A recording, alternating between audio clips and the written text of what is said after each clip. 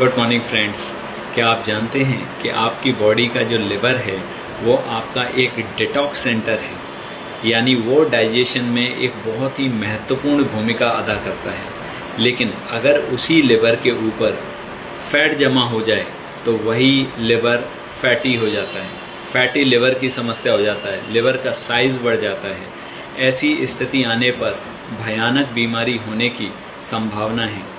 तो उसके कुछ लक्षण हैं जिन्हें आप पहचानने की कोशिश कीजिए। खाना खाने के बाद क्या आपको यहाँ पसलियों के नीचे दर्द होता है, या भूख कम लगती है, वजन तेज़ी से कम होता है, या गैस बनती है, या पेट फूलता है। ये कुछ ऐसे लक्षण हैं जो हमें फैटी लिवर की ओर इशारा करते हैं। इन्हें पहचानिए, अपनी डाइट पर काम कीजिए, एक ऐसा न्यूट्रिशनल डाइट अपनाइए ताकि आपकी बॉडी